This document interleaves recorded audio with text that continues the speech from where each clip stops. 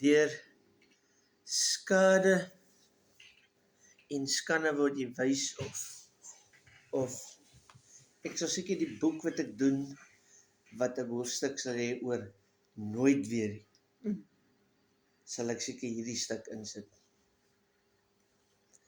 Iemand wat nou in sy jare is,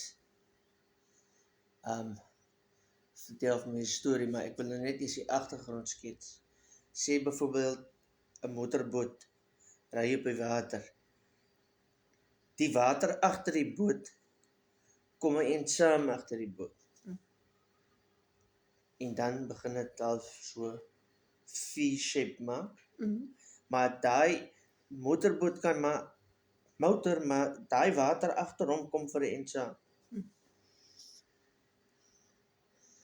Die man sê Kalgat geswem. Kalgat geswem. Toe ontwikkel hy 'n nood. Maar hy was baie lief vir swem en hy wil net die water hê nie, miskien is daar mense gewees of wat ook al. En hy kry toe 'n nood hier van agterkant af. En hy sê hy vuis druk.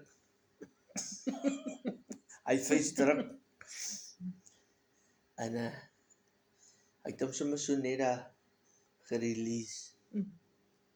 Hy sê, nou wil hy mos nou wegswem van die ding.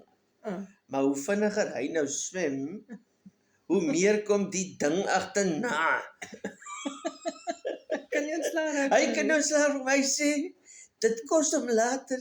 Hy kan nie so met sy bene swem nie, want dan trap hy hom raak. Dit kos hom hy padda-style. Hy padda-style swem.